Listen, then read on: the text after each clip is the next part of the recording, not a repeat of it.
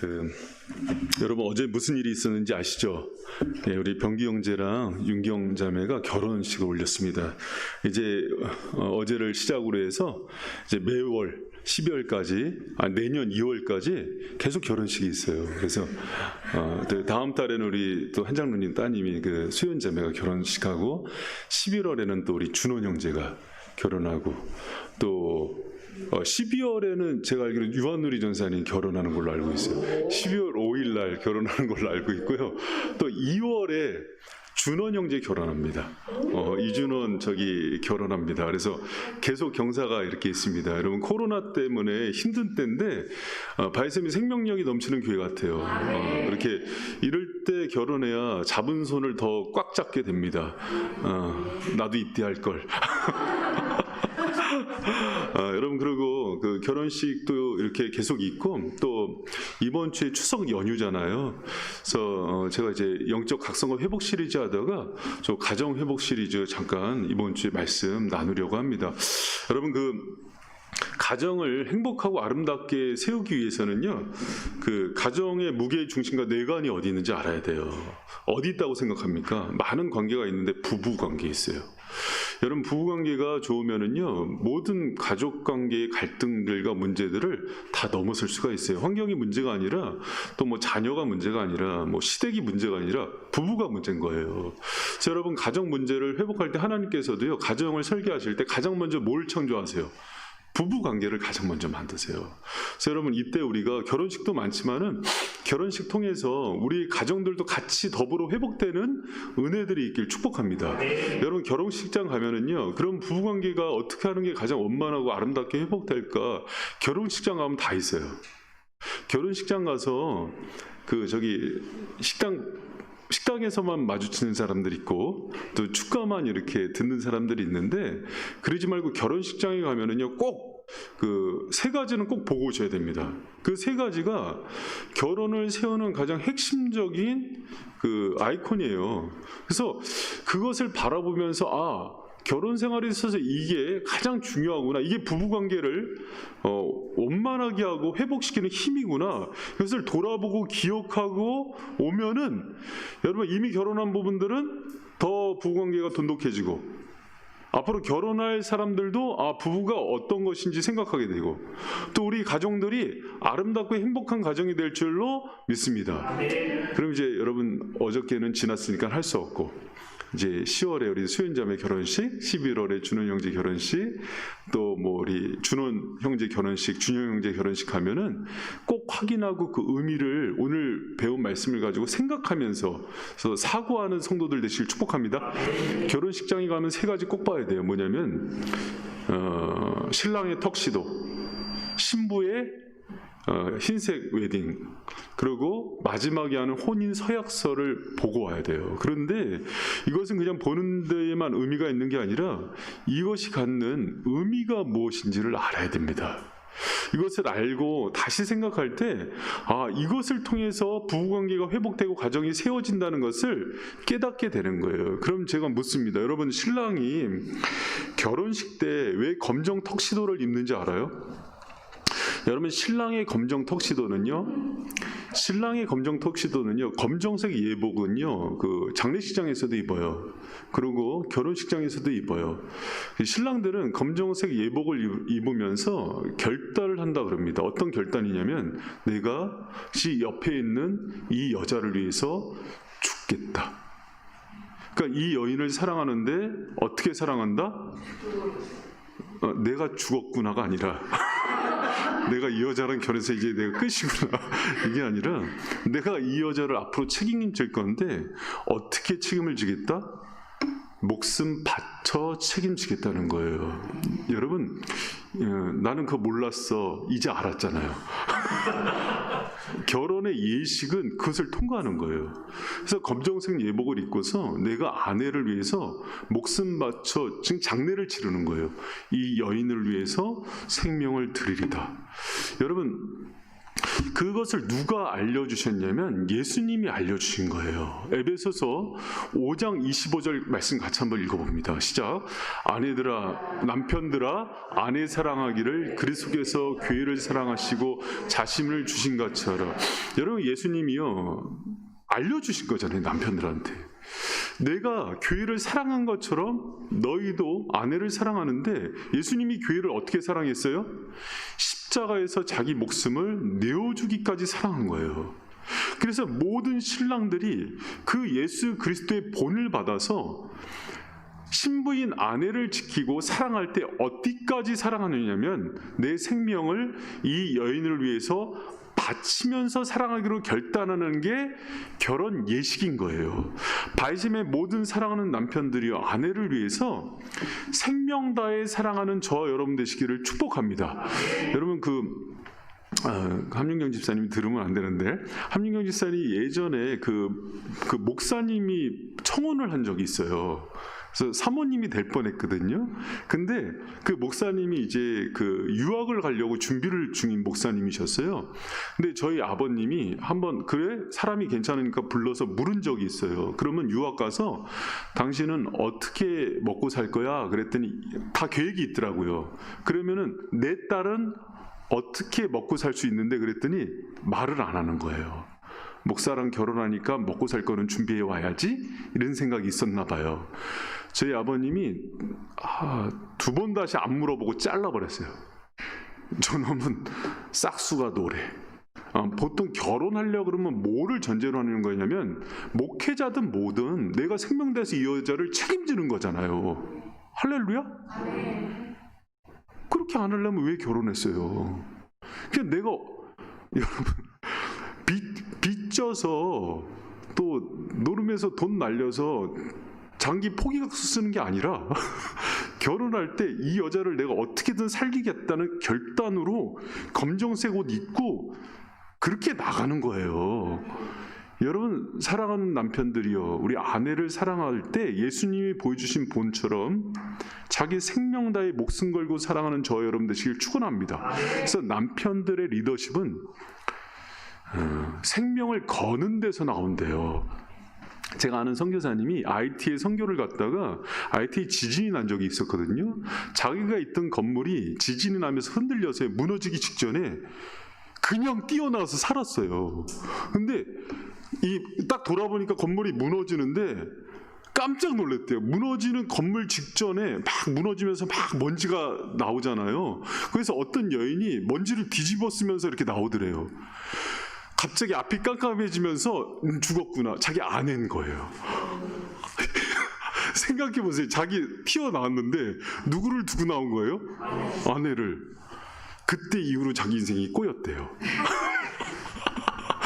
더 이상 아내가 자기 신뢰하지 않는데요. 존중하지 않는데요. 여러분, 남편은요, 가장 위험한 순간에도요, 자기가 그 아내를 살리고 죽기로 결단하는 게 결혼식인 거예요. 할렐루야? 여러분, 그게 무슨 뜻인지 모르는 사람들은 타이타닉을 보세요. 디카프리오가 마지막 그거를 딱 던져주고 자기 죽는 거란 말이에요. 남편도 아닌데 왜 죽는지 모르겠지만, 여러분, 그게 남편들이 그래서 결혼할 때 검정 턱시도는 그런 의미예요. 또 하나 의미가 있어요. 검정 턱시도의 의미가 뭐냐면 아내의 허물과 연약함을 책임지고 사랑하는 거예요. 그러니까 덮어준다는 의미가 있죠. 여러분, 구약적 개념으로요, 이 겉옷의 개념은요, 덮는 의미가 있어요. 대표적인 게, 여러분, 그 노아가 술 먹고 벌거벗었을 때 함은 막 동네방네 소문내고 다니잖아요. 그 야벳과 셈이 어떻게 합니까? 겉옷으로 뒷걸음질 쳐서 아버지 허물을 덮어주죠. 누가복음 15장에도 똑같은 게 나와요. 아들이 정말 그 배은망덕하게 아버지 은혜 잊고서 타락하고 탕자가 나갔다 들어오는데 아버지가 제일 먼저 했던 게 겉옷으로 모든 허물 덮어주고 그 지위를 회복시키는 거예요. 여러분, 그 남편들이 긴 턱시도를 입는 거는요, 여러분, 인삼 밭에 빛 차광할 때 뭘로 해요? 검정색 차광만 쓰죠? 아내가 연약해요, 부족해요, 티나 허물이 있어요. 이것을 앞으로 내가 보면 어떡하겠다? 동네방네 소문내겠다? 아니에요. 그건 남편이 아니에요. 아저씨예요. 그러지 않고 겉옷으로 덮어주는 거예요. 여러분 그 에베소서 5장 26절 27절 보면은요, 예수님께서 이런 말씀을 하세요. 이는 곧 물로 씻어 말씀으로 깨끗하게 하사 거룩하게 하시고 자기 앞에 영광스러운 교회로 세우사 티나 주름 잡힌 것이나 이런 것들이 없이 거룩하고 흠이 없게 하려 하심이니라. 이렇게 얘기해요. 여기서 무슨 얘기냐면 신부된 교회가 티나 주름 잡힌 것이나 흠이 있다는 거예요, 없다는 거예요? 있다는 거예요. 많다는 거예요. 주님이 교회를 사랑하는 방식으로 남편이 아내를 사랑하길 원한다는 것은 우리가 결혼하는 아내들에게 흠이 많다는 거예요, 적다는 거예요? 많아요. 제가 내년도에 결혼 20주년이 되니까 살면 살수록 흠이 많이 보일까요, 적게 보일까요? 그녀도 나의 흠이 많이 보일 테고, 저 또한 그녀의 흠이 조금 보여요. 그럼 그것이 있으면 저 흠 있네, 주름 있네, 티 있네 그러는 거예요? 그건 남편이 안 해요. 남편은 세월이 갈수록 어떤 내공이 있어야 되냐면 그것을 덮어줄 수 있는 그런 내공이 쌓일 때 진짜 남편인 거예요. 여러분 우리가 케팔레라는 단어 여러 번 들었잖아요. 섬김의 우두머리. 그 우두머리는 아내의 흠과 연약함과 모든 것들이 있을 때 책임지는 자로서의 남편이에요. 아내들이 여러분 직관을 많이 쓰고 감정을 많이 쓰니까 근거 없는 얘기 많이 하죠. 어디 가서 사기당할 수도 있죠. 홈쇼핑에서 이렇게 질러갖고 바가지 쓸 수도 있죠. 그러면 그 책임 다 누가 져요? 네가 했으니까 네가 져. 그거는 여러분 다시 바이셈에 와서 남편 교육을 다시 받아야 돼요. 남편이 지는 거예요. 그래서 남편의 책임은요 무한 책임이에요. 제가 이런 결혼 그 예비학교나 부부학교 때 이거 교육하잖아요. 그리고 가끔 이렇게 입 내놓고 앉아 있어요. 그래서 하는 이런 얘기를 하는 남편들이 있어요. 남편이 호구예요? 그럼 제가 그렇게 얘기해요. 호구하라고 결혼하는 거라고. 그거 몰랐어요? 남편 호구하라고 결혼하는 거예요. 몰랐어요 그거? 근데 대부분 결혼 생활을 잘못하는 게 뭐냐면 자기 중심적으로 결혼을 해요. 여러분 제가 전들 그런 좋은 남편이겠습니까? 장사모가 입을 여는 순간 전 죽어요. 얼마나 부족함과 연약함이 많겠어요. 그런데 그럼에도 불구하고 목숨 걸고 사랑하고 또 이런 언약적 책임을 지는 것에 대해서 몸부림치는 이유는요, 주님이 그 방향으로 잡으셨어요. 남편의 역할을. 할렐루야? 여자들 목소리만 들려요. 남자들만 할렐루야? 이번 목사님 목소리 잘 안 들려요. 여러분 크게 들렸어요. 괜히 그러는 거예요. 부부싸움 걸라고. 여러분 저도 쉽지 않아요. 쉽지 않아요. 왜 그러냐면 어떤 부분은 그 주름이나 티나 허물이 반복되잖아요. 그리고 20년 살았으면 20년째 반복되는 것도 있게 없게요. 있어요. 조금 있어요. 그럴 때마다 힘들고 짜증이 나죠. 그래도 그 책임을 누가 지라고, 누가 호구되라고 세운 거예요? 제가 호구인 거예요. 그건 기독교적인 사랑이에요. 그리고 기독교적인 남편, 그 언약의 책임자로서의 남편의 역할이 맞아요. 제가 성경을 연구하면 연구할수록 분명하게 얘기해요. 그런데 문제가 하나 있어요. 뭐냐면 그 힘이 과연 어디서 오느냐는 거예요. 나도 인간인데, 사람인데. 여러분, 그래서 성경은요, 사람 되지 말라 그래요. 하나님의 자녀로 살아가라는 거예요. 그리고 이걸 감당하려면 아비의 마음과 아비의 눈빛이 있어야 돼요. 여러분, 제가요, 어저께 사실은 주례를 하다가 49명만 앉아 있었으니까 신랑 신부 측 가족들만 거의 앉아 있거든요. 윤경자매 보고 있나? 병규랑 윤경자매 아버지가 그 딸을 안아주는데요.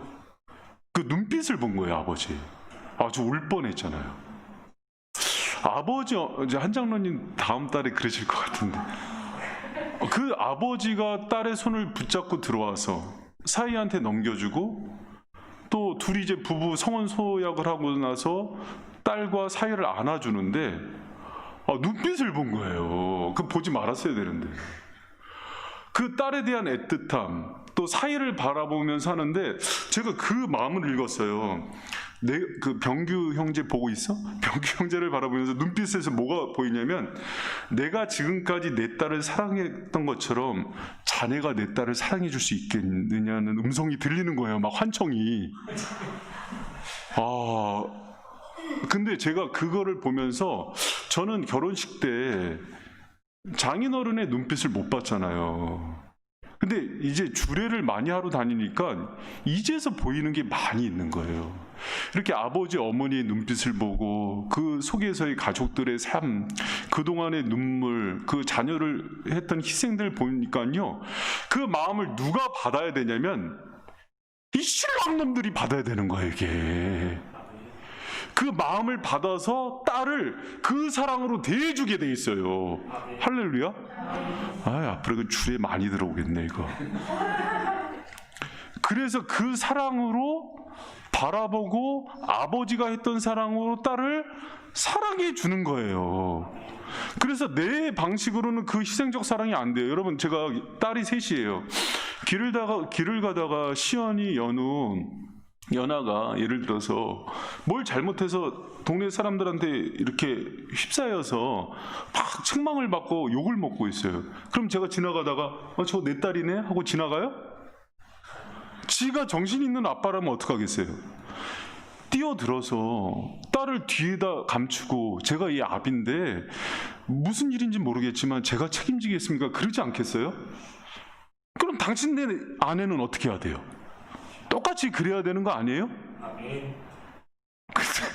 근데 당신도 아내니까 당신이 책임져. 그러니까 당신이 한 거니까 당신이 책임져. 이따구 소리 하면 돼요, 안 돼요? 안 되는 겁니다. 그건 남편이 아닌 거예요. 그날부터 밥을 주면 돼요, 안 돼요? 안 되는 거예요, 안 돼요. 밥에다가 보고 독을 타갖고. 여러분 그 결혼을 배우다라는 그 이요셉 씨가 쓴 책이 있어요. 이 책에 보면은 이 사람도 그냥 한국 유교적인 가정에서 태어나서 남성 중심적인 그런 삶을 살았대요. 그런데 어느 날 기도하면서 하나님의 결혼에 대한 하나님의 마음, 아내에 대한 하나님의 마음을 알게 돼요.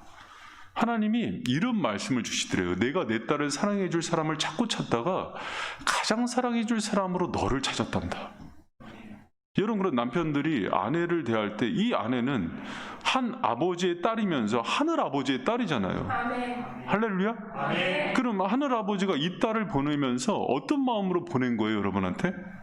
내가 내 딸을 사랑해 줄 사람을 자꾸 찾다가 가장 사랑해 줄 사람이 자네란 걸 알고 맡기네. 그러니까 어떻게 해주는 거예요? 죽는 거죠. 그러니까 죽어줄 수 있는 거예요. 그 아버지와 눈동자가 마주치잖아요. 함부로 할 수 있겠어요? 제 딸 세세대 시연이, 연우, 연아에 대해서 이 사이놈이 데려가서 함부로 했다. 그럼 어떻게 할 것 같아요, 제가? 이건 죽이는 거죠.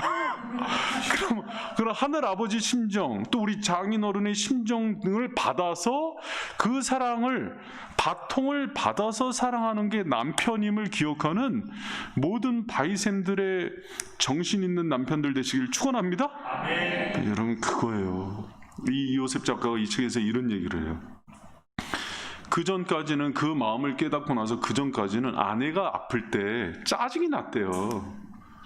자꾸 아프고 그래, 자기 관리도 못하고. 그런데 어느 날 이런 기도가 되더래요. 하나님, 나와 한 몸인데 이 여인이 이렇게 아파하는데 내가 아무런 느낌이 없습니다. 나한테 있는 평강이 이 여인한테 가게 해주시고 여인의 아픔을 내가 느끼게 해주세요. 저녁에 펑펑 울었대요. 사랑하는 남편들이요, 거기까지 가는 그리스도의 사랑이 있는 남편들이 되기를 축원합니다. 저도 갈 길이에요. 저도 잘 못해요. 저도 가끔은 짜증내고 컨디션 좋고 충만할 때는 굉장히 사랑이 많고 그래요. 그 간극을 좁혀가면서 살고 있어요. 그런데 우리가 이제 어제부터 해서 계속해서 결혼식 하잖아요. 갈 때마다 검정색 턱시도, 그래서 저기 준영 형제 또 검정색 안 입고 또 이제 빨간색 입고 들어오는 거예요. 또 준원이 또 하얀색 입고 나타나는 거 아니죠? 검정색 입고 나타나세요. 장례 치르는 거니까. 그러면서 결혼식 하는 거예요. 여러분, 검정색 턱시도의 의미를 보면서 다시 한번 남편들이 남편의 역할을 찾아가는 저 여러분 되시길 축원합니다. 여러분, 그럼 흰색 드레스는 뭘까요? 기억해야 되는 게 흰색 드레스거든요. 그렇게 목숨 걸고 사랑하는 남편에 대해서 흰색은요, 여러분 예쁜 색이래요. 흰색 입으면 다 얼굴 예쁘게 나온대요. 그리고 흰색은 순결과 순수래요. 근데 신복에 있는 이 흰색 드레스는 그런 의미가 아니라 그렇게 목숨 걸고 사랑하는 남편에 대한 항복을 의미해요. 내가 이 남편에게 항복하고 복종하면서 살겠습니다. 그래서 성경에 보면은 에베소서 5장 22절에도 이런 말씀을 주는 거예요. 같이 한번 읽습니다. 시작. 아내들이여 자기 남편에게 복종하기를 죽게 하는데, 이렇게 예수님 닮아서 목숨 걸고 사랑하는 사람이 있으면 그 사람한테 어떻게 해야 돼요? 당연히 복종하고 순종해야 되죠. 근데 남편들이 그렇게 잘해요? 잘 못해요. 여러분, 우리의 남편들의 첫 조상 아담도 하와가 잘못하니까 모든 책임 전가 저 여자가 따먹었어요 막 그러고, 아브라함도 위험하면은 사라 누나예요. 그래서 저기 바로하고 자기 아비멜렉인데, 그러니 우리는 오죽하겠냔 말이에요. 그러니까 남편들이, 여러분, 그러니까 아내들이 복종이 돼야 안 돼요? 안 돼요. 그런데 사랑하는 아내들이요, 그럼에도 불구하고 남편들에게 복종하고 순종하고 격려하고 지지하는 아내가 되길 축원합니다. 왜 그런 거 아니? 하나님이 남자들을 그렇게 창조하셨어요. 남자들은요, 자신을 인정하고 존중해주는 사람을 위해서 목숨을 다시 바쳐요. 여러분, 그거 모르죠. 여자들은요, 결혼하면 이상한 사명감이 생겨요. 이 남자를 위해서 누가 정신 차리게 해주고 지도 편달을 해주겠느냐, 내가 이거를 정신 차리게 해줘야 되지 않겠느냐, 그러면서 막 온갖 자존심 깎아내려는 얘기도 하고 막 온갖 막 얘기를 막 하거든요. 그거는 남자들의 마음을 떠나게 만드는 거예요. 남자들이 그런 자존감과 자존심이 죽으면요, 그 남자는 당신을 떠납니다. 그래서 정말 지혜로운 여성들은요, 남자를 정말 어떻게 다루는지를 알아야 돼요. 제가 이 얘기 많이 하는데도요, 잘 몰라요, 여성들이. 이렇게 해서 남편을 꽉 잡은, 초장에 잡으면 남편이 잡히는 줄 알거든요. 여러분, 당신의 남편을 창조하신 주님은 그 남편의 내면을 그렇게 만들지 않으셨어요. 할렐루야. 남편은요, 자신을 존중해주고 지지해주고 격려해주는 사람을 위해서요, 목숨을 바치고요, 마지막에 그 여인에게 다시 돌아가요. 여러분, 그렇게 남자의 내면을 주님이 창조하신 거예요. 괜히 경규 형제 그런 얘기 듣지 마, 윤경자매 그런 얘기 듣지 마, 뭐 초장에 잡아, 첫날 밤에 잡아야 돼, 그 가정 파탄내는 거예요. 그 어디서 쓸데없는 그런 얘기를 듣고 와갖고, 성경에서 저는요, 오랫동안 결혼에 대해서, 가정에 대해서, 또 부부에 대해서 많은 책을 읽어봤지만 결국 마지막에 남는 건 성경이더라고요. 정말 많이 깨달아요. 베스트셀러들을요, 90년대부터 가정, 뭐 부부관계, 연애에 대한 베스트셀러들을요 5년 10년 못 가요. 다 사장됩니다. 성경은 2000년이 넘도록 살아있어요. 왜? 우리 가정을 설계하시고 부부를 만들고 남편을 만드신 그분의 얘기니까 변함이 없는 거예요. 어디서 이상한 얘기 듣고 와서 아는 얘기 하지 마시고 성경을 좀 들여다보세요. 성경에 보면은요, 남편들 그렇게 막대하면은 남편들은 떠나갑니다. 흰 면사포를, 흰 드레스를 입고 내가 이 남편을 존중하고 격려하고 지지할 때, 남자들은요, 결국 그 여인에게 다시 돌아오고 이 여인을 위해서 목숨을 거는 남편이 된다는 것을 기억하는 저와 여러분 되시길 축원합니다. 여러분, 그리고 흰 웨딩드레스의 두 번째 의미가 뭔지 알아요? 예전에는 면사포를 썼거든요. 근데 지금은 안 쓰더라고요. 면사포 쓰이는 이유가 뭐냐면요, 남자 똑바로 못 보게 하는 거예요. 똑바로 보면 티도 보이고 허물도 많이 보이잖아요. 단점을 가려주는 거예요. 그래서 평생 살다 보면 여러분, 그 남편의 단점이 많이 보일까요, 적게 보일까요? 엄청나게 많이 보이죠. 결혼하기 전에는요, 드라마예요. 다 감추고 와요. 결혼한 이후에는요, 리얼 다큐멘터리입니다. 모든 것들이 다 리얼하게 드러나요. 그럼 그 순간이 되면은 맞는 게 맞을까요? 안 맞는 게 맞을까요? 장점이 많을까요? 단점이 많을까요? 그래서 어떤 여인이 그랬대요. 거실에서 그날도 여지없이 누워서 리모컨으로 TV를 돌리는 남편에게, 당신은 정말 내 인생의 로또야. 어떻게 나랑 맞는 게 하나도 없어. 잘 안 맞아. 이 왼수야, 너는 내가 당신 인생이 대박이야 그랬더니 하나도 안 맞아. 결혼은요 안 맞아요. 맞춰가는 거예요. 근데 결혼 전에 다 맞는 것 같아요. 왜 그런 거 하니? 이 도파민 때문에 남자들이 다 맞춰줬어요. 결혼 후에는 원래 안 맞았어요. 이 화성에서 온 남자, 금성에서 온 여자잖아요. 이게 나중에 화가 나면 이 화상 남자 이 남자가 안 맞아요. 그런데 그걸 맞춰가려면 아내들이 어떤 관점이 있어야 되냐면 면사포로 가려야 돼요. 남편들의 단점들을 가리고.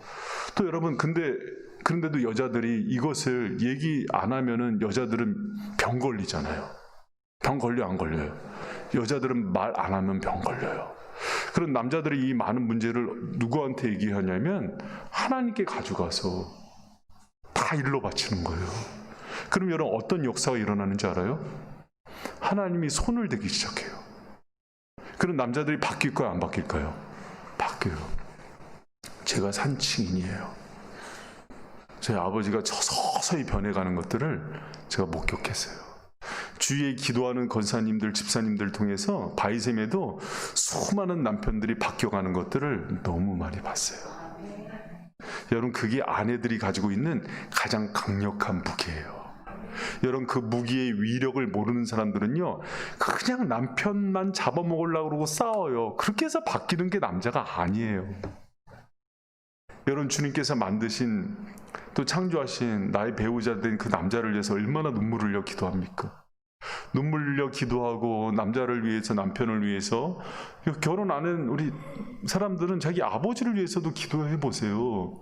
그러면 하나님께서 그들을 회복시키는 것에 대한 수혜자가 누가 되냐면 아내들 당신들이 될 겁니다. 여러분 기도의 힘을 모르고서 결혼 생활을 끝마치는 것처럼 불행한 건 없어요. 왜 그렇게 안 맞는 남편을 붙여놓는지 알아요? 기도하고 몸부림치라고.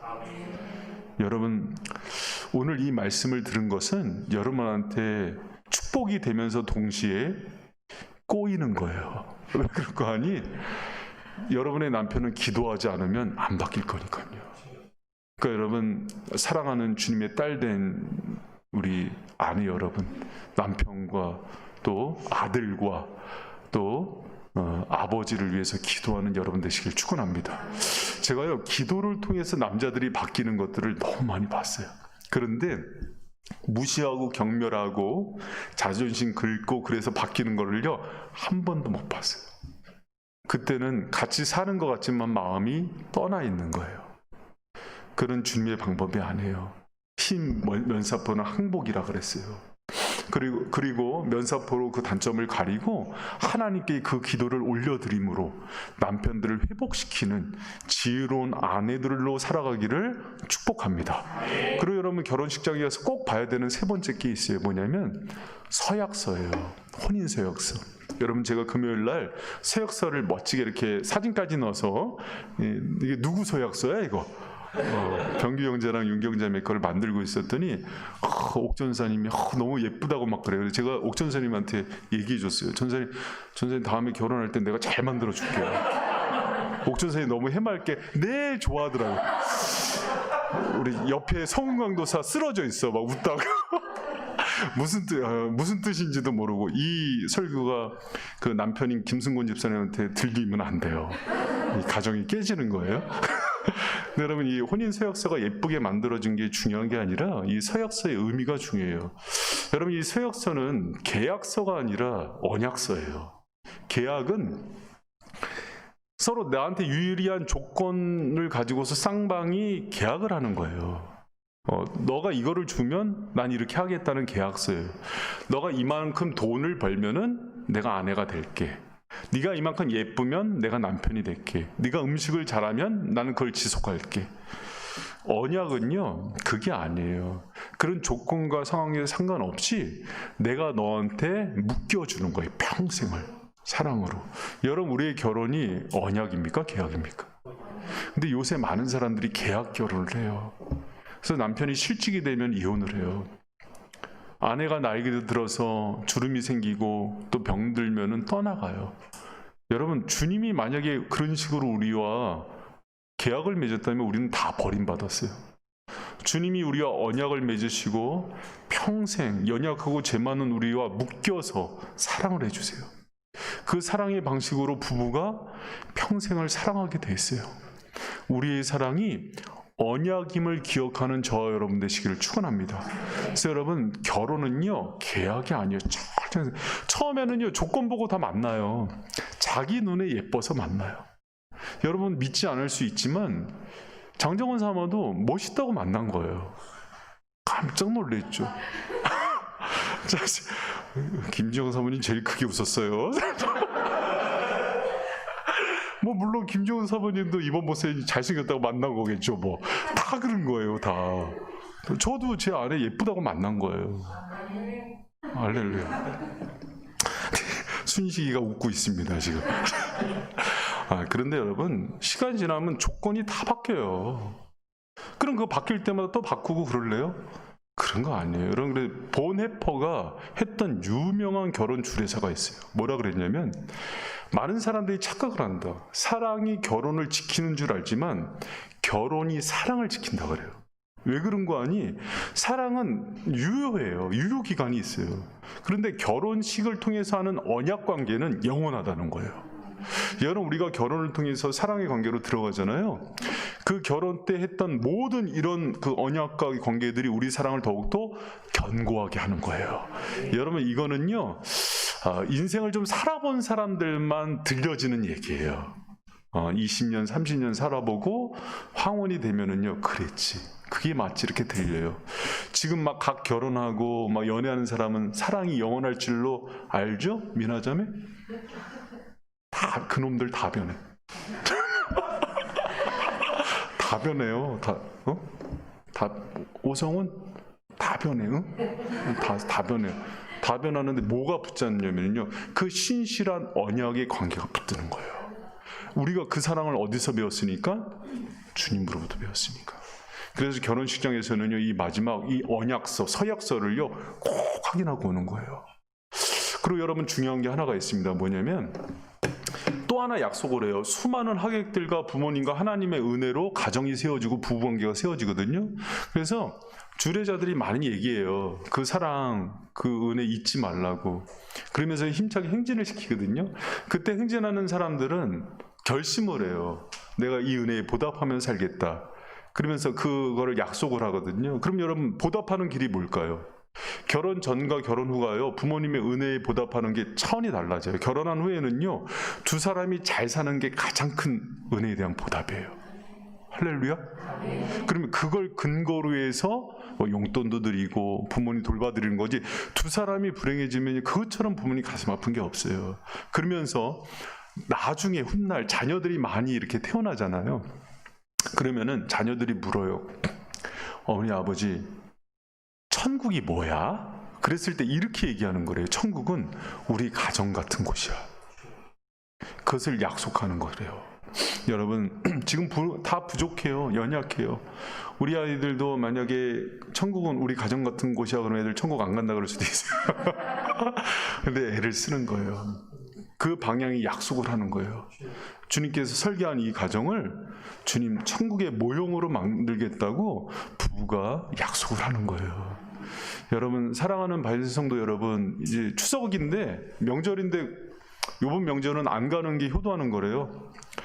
그런데다가 영적인 고향인 교회도 못 와요. 얼마나 가슴 아픕니까? 그런데 여러분, 이런 상황 속에서도 코로나에 걸려도 거기 환자실에 배우자는 집어넣어 주더라고요. 여러분, 이런 속에서 서로 부부의 관계가, 가정이 화목하게 회복되는 은혜가 모든 바이생 가정 가운데 있기를 축원합니다.